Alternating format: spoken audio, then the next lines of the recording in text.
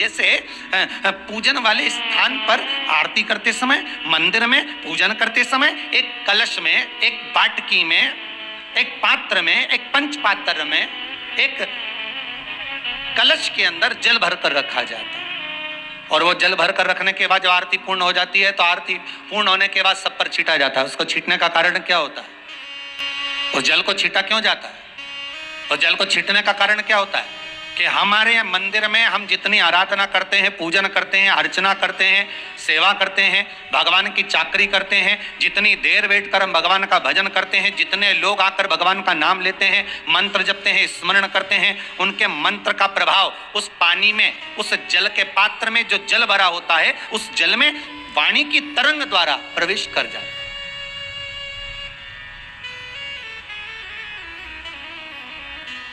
और वाणी की तरंग द्वारा जब प्रवेश करता है तो वो जल इतना पवित्र हो जाता है, इतना आनंदित हो जाता है कि वो जल का छींटा मात्र हमारे कई पापों को समाप्त कर देता है। भगत ने दरवाजा खोला और दरवाजा खोल कर भगत सामने आया। तुम कौन? शंकर भगवान बोले, मैं शिव। प्रभु, दुनिया को वहीं से बैठे बैठे दे देते हो, आज मेरे घर पर आकर आप मुझे देने के लिए आए हो? शंकर भगवान बोले, देने के लिए नहीं आया हूं, भूख लगी है, आज मंदिर में कोई प्रसाद चढ़ाने नहीं आया, इसलिए भिक्षा मांगने आया। अच्छा, चिंता मत करो भोलेनाथ, आज मेरे यहाँ खीर बनी है। और भगोना खीर का लेकर आए। भगवान शंकर ने कमंडल आगे करा। जैसे कमंडल आगे करा तो ये खीर का पात्र लेकर खड़ा। शिव जी बोले, भिक्षाम दे, भिक्षा दो। अब वो खीर का पात्र आगे लेकर जाए डालने के लिए, फिर उसने देखा, फिर हाथ को रोक दिया। शंकर जी बोले, भिक्षा क्यों नहीं देता? अरे भिक्षा तो दे। फिर पात्र भगवान शंकर आगे करे, कमंडल को भगवान शिव ने फिर आगे करा। इसमें भिक्षा नहीं डाली, खीर नहीं डाली। शिवजी ने पूछा, आखिर बात क्या है? कमंडल में तो खीर क्यों नहीं डालता? कहा, प्रभु जी गलती है मेरी, एक बात कहूं आपको। भोलेनाथ जी बोले, बोलो क्या बात है? आपका जो कमंडल है ना, अंदर से बहुत गंदा। बोले, बाबा ये कमंडल जो है ना आपका, जिसमें आप खीर लेना चाहते हो, अंदर से बहुत गंदा। इतने गंदे पात्र में, इतने गंदे कमंडल में मैं खीर कैसे डाल सकता हूं? मैं आपको कैसे खीर दे सकता हूं? शंकर भगवान बोले, यही तो मैं तुझे समझाने के लिए आया हूं कि गंदे कमंडल में तू खीर नहीं दे सकता तो तेरी बुद्धि में जब तक पाप, कपट, छल, बेईमानी, प्रपंच, निंदा, चुगली, इतना सारा गंदगी तेरे पास भरी होगी, भले तू लोटे को ऊपर से मांज ले, कमंडल को ऊपर से मांज ले, बर्तन को ऊपर से साफ कर ले, पर अंदर से अगर गंदा होगा, भले तू मेरे ऊपर जल चढ़ाता है, बेलपत्र चढ़ाता है, धतूरा चढ़ाता है, फूल चढ़ाता है, शहद चढ़ाता है, चंदन लगाता है, दो बत्ती लगाता है, अगरबत्ती लगाता है, मेरे मंदिर में आकर दिया जलाता है, पर बाहर से तो बर्तन अच्छा है, पर अंदर से अगर गंदा है तो तू खीर नहीं दे रहा। जब बर्तन, पात्र अंदर से गंदा है तो तू खीर नहीं दे सकता, तो मैं तेरे को वर कैसे दे सकता? विचार कर जरा, सोच। जब अंतिम क्षण आता है ना, अंतिम क्षण, कल कोई कह रहा था सरकार को खूब सारे हॉस्पिटल बना देना चाहिए। गुरुदेव, आपका क्या विचार है? हमने कहा, बना दे, मना नहीं है, और हॉस्पिटल कम भी नहीं है, बहुत बनाए, मना नहीं है, पर निवेदन है, हॉस्पिटल बनने से ज्यादा जरूरी है आप अपने बच्चों को इतना प्रबल बनाएं कि इसको हॉस्पिटल जाने की जरूरत ही ना पड़े। आज के बच्चे, छोटा सा बच्चा पैदा हुआ, उस दिन से, जिस दिन से पैदा हुआ उस दिन से तुम उसके स्नेह कर रहे, लाड लड़ा रहे, मेरा प्यारा बेबी, मेरा प्यारा बच्चा, बच्चा कहकर उसको धीरे धीरे अच्छी एजुकेशन की ओर लेकर गए, बड़े बड़े स्कूलों में पढ़ाया, वहां पर भी कोई ध्यान नहीं दिया गया, बस पढ़ाया पढ़ाया पढ़ाया। और बच्चा कुचा था तो सोचा थोड़े बहुत दिन, अब बच्चा बड़ा हो गया, 20-22 साल का हो गया, जिम जाना चालू कर दिया। और वो एक कमरे में बंद, वो जिम एसी चल रहा है और लोग एक्सरसाइज कर रहे हैं, पाउडर घोल घोल कर दूध में भर भर कर पी रहे हैं और सोच रहे हैं कि मेरा शरीर प्रबल हो गया, मेरी बॉडी स्ट्रांग हो गई। प्रबल नहीं हुई है, खोखली हो गई। बनाई बॉडी आपने, शरीर बनाया आपने, किसी काम का नहीं बना। जो पुराना बल था, पुराना आनंद था, पुराना खान पीन था, शुद्ध भाव था, वो बच्चे वो आनंद में रहे। कथाओं में पहले भी कहते हुए आए थे कि मरते समय व्यक्ति कर्जे में लदा लूम होकर मरता है। हर व्यक्ति जो मरा है वो कर्जा लेकर मरा है। और शिव महापुराण की कथा कहती है उऋण होकर जाना, कर्जे से मुक्त होकर जाना। एक प्रकृति का ऋण हर व्यक्ति के माथे पर रहता है। जब वो मरता है तो लकड़ियों के ढेर पर जलता है, और जिन लकड़ियों पर वो जला है उन लकड़ियों का ऋण उसके मस्तक पर चढ़ गया, फिर पैदा होगा उस ऋण को चुकाने के लिए। इसलिए आपसे हाथ जोड़कर निवेदन है, मरने से पहले एक वृक्ष जरूर लगाओ, और जिस जगह पर वृक्ष लगाओ उस जगह पर किसी को बोल कर रखो कि इसमें पानी देते रहना भैया। भले तू महीने का 5, 10, 50, 100, 500 जो ले लेना, पर ये वृक्ष बड़ा हो जाएगा। मैं मरूंगा तो ऋण लेकर नहीं जाऊंगा, कर्जा लेकर नहीं जाऊंगा, ऋण होकर जाऊंगा, ऋण से मुक्त होकर जाऊंगा। जिन लकड़ियों पर हम जलते हैं उससे पहले एक वृक्ष लगाकर जाने की जवाबदारी आपकी है, किसी दूसरे की नहीं।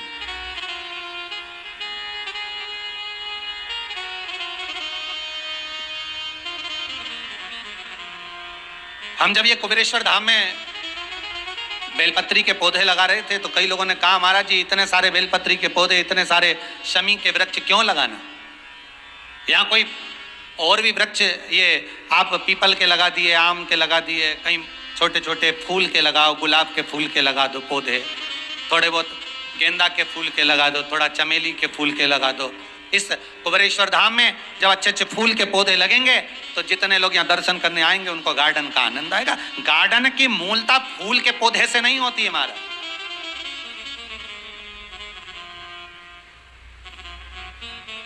फूल के पौधे से नहीं है। अरे भाई, स्कंद पुराण में लिखा है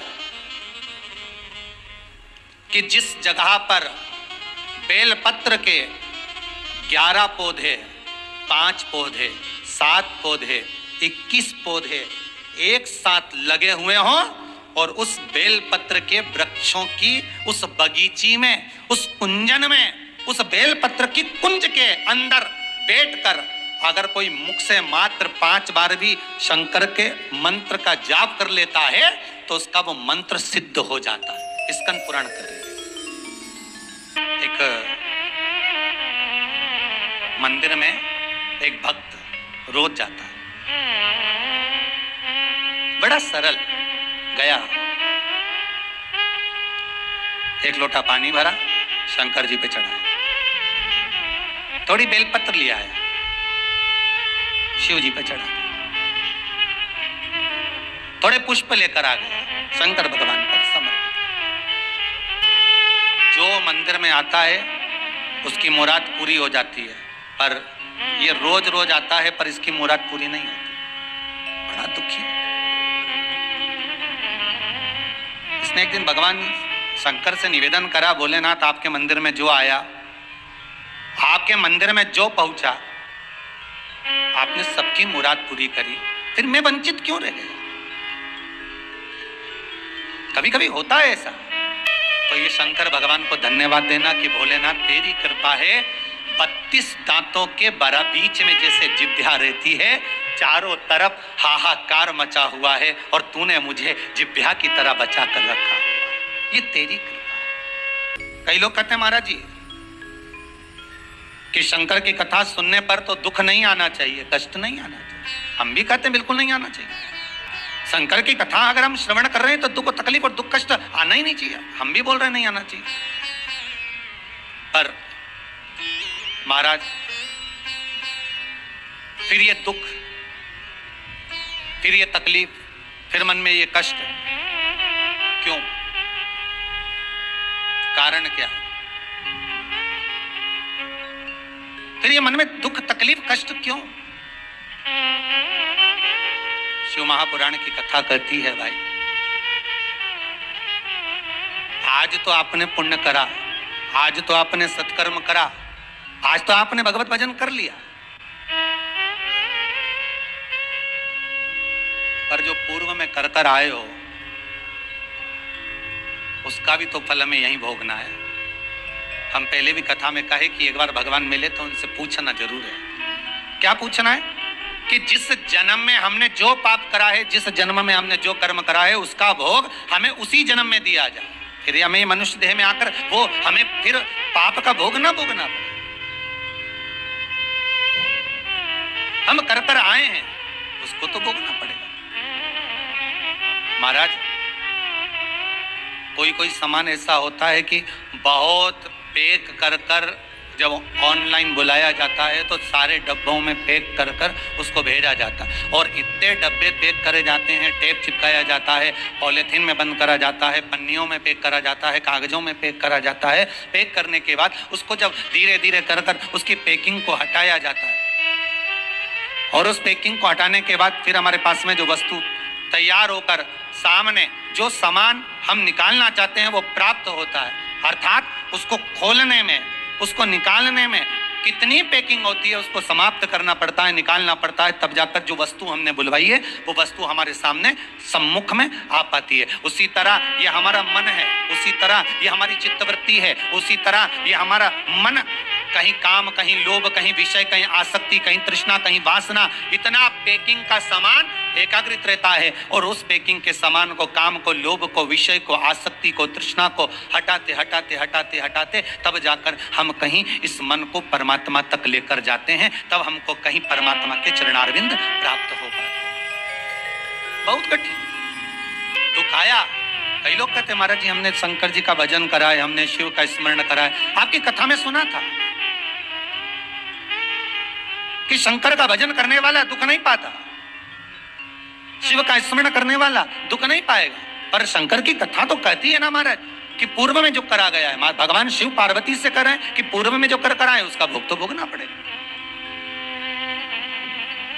मत बुरे कर्म कर बंदे वरना पछताएगा, भगवान की आंखों से तू बच नहीं पाएगा, तू बच नहीं पाएगा। अरे ओ अज्ञानी मत कर नादानी। मेरा फिर निवेदन है, ये कथा कथा नहीं है, ये महामृत्युंजय भगवान शिव का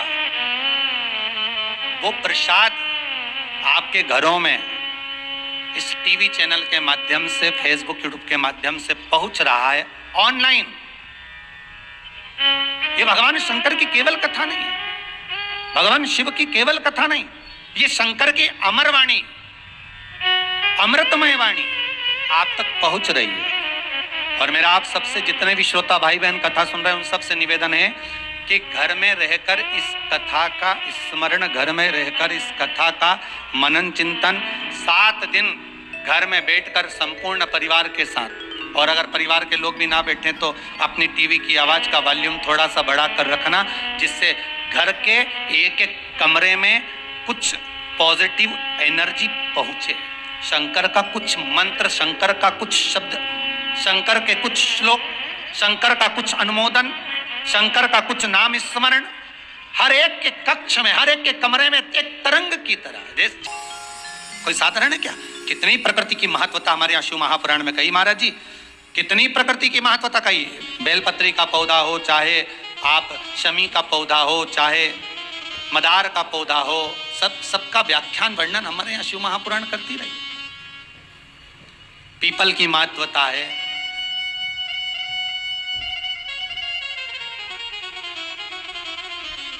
क्यों हमारे हिंदू धर्म में वृक्षों की पूजन कराई गई? क्यों हमारे हिंदू धर्म में इन नदियों की, तालाब की, सरोवर की, वृक्षों की आराधना क्यों कराई गई? क्योंकि प्रकृति को बचाने वाले, रोग को मुक्त करने वाले, बीमारी को हरने वाले यही होंगे, यही प्रकृति, यही वृक्ष, यही गौ माता, यही जलाशय, यही वायु।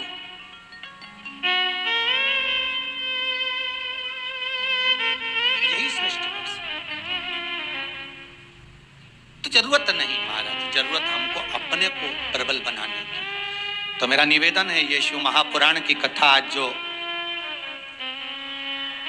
हो रही है, इस कथा का जो मूल आनंद है, इस कथा का जो रस तत्व है, मेरा निवेदन केवल इतना है कि आज मासिक शिवरात्रि से अगर ये कथा चल रही है तो ये विचार करना कि शंकर ने बहुत बड़ी कृपा कर दी। हमारे घर में अगर हम शिव महापुराण की कथा को चालू कर कर बैठे हैं तो शंकर का ही कुछ अमृत हमको प्राप्त हो रहा है, अमृत प्राप्त। जपो,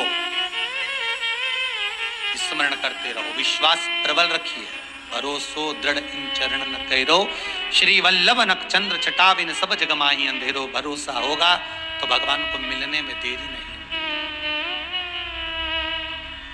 भगवान को मिलने में देरी नहीं। शिव पुराण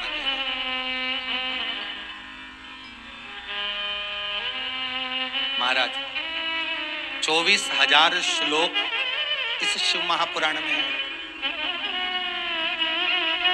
12 संहिताओं में इसको बांटा गया है, 12 खंड कर दिए।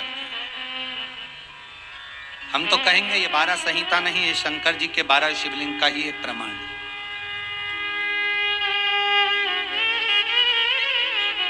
स्वयं शिव शंकर का एक स्वरूप हमारे सम्मुख है। ये भगवान शिव को पाने का एक आनंदमय तरीका है। कैसे प्राप्त हो भगवान शिव?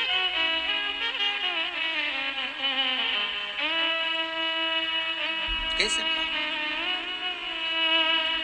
आया चरित्र, एक सुंदर प्रसंग कहा। एक देवराज नाम का ब्राह्मण है महाराज, और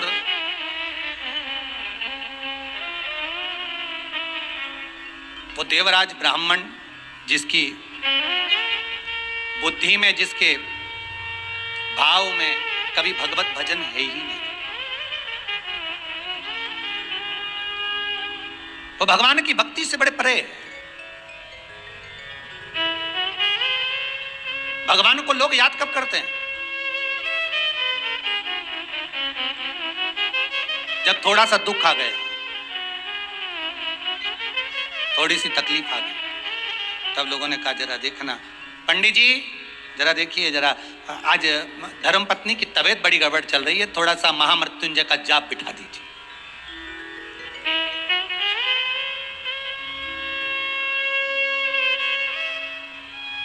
बिठाओ जरा जाप। अब देखिएगा जरा वो